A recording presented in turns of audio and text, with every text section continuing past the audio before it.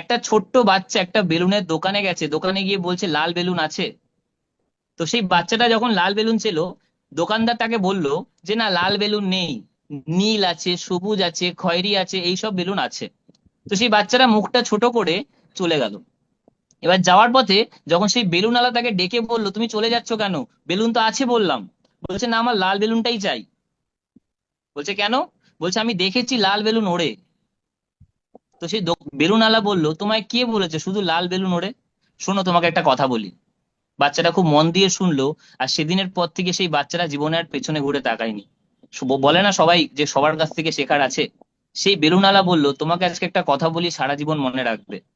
বেলুনের রং যাই হোক না কেন, ওড়ার জন্য চাই ভেতরের শক্তি, গ্যাস। বেলুনের রং সাদা হোক, কালো হোক, নীল হোক, যাই হোক, রঙের ওপর ডিপেন্ড করে না যে বেলুন উড়বে কিনা। ভেতরে কি আছে তার উপর ডিপেন্ড করছে বেলুনটা উপরে যাবে কিনা। ঠিক সেরকম মানুষ জীবনে কি করবে, সে গরিব, সে বড় লোক, সে কি, সেটা ম্যাটার করছে না। তার ভেতরে সেই আগুনটা আছে কিনা, যে সেই আগুনটা তাকে ঠেলে উপরে নিয়ে যাবে, তার উপর ডিপেন্ড করছে আমরা আকাশে উড়বো কিনা। তাহলে আমার পরিস্থিতি নির্ধারণ করে না যে আমি জীবনে উপরে যাব কি যাব না। আমার মনস্থিতির উপর নির্ভর করে যে আমি জীবনে উপরে যাব কি যাব না। এজন্য মনস্থিতি তৈরি করুন, পরিস্থিতি অটোমেটিক হয়ে যাবে। তো থ্যাংক ইউ ফ্রেন্ডস, গুড মোদিকে মর্নিং।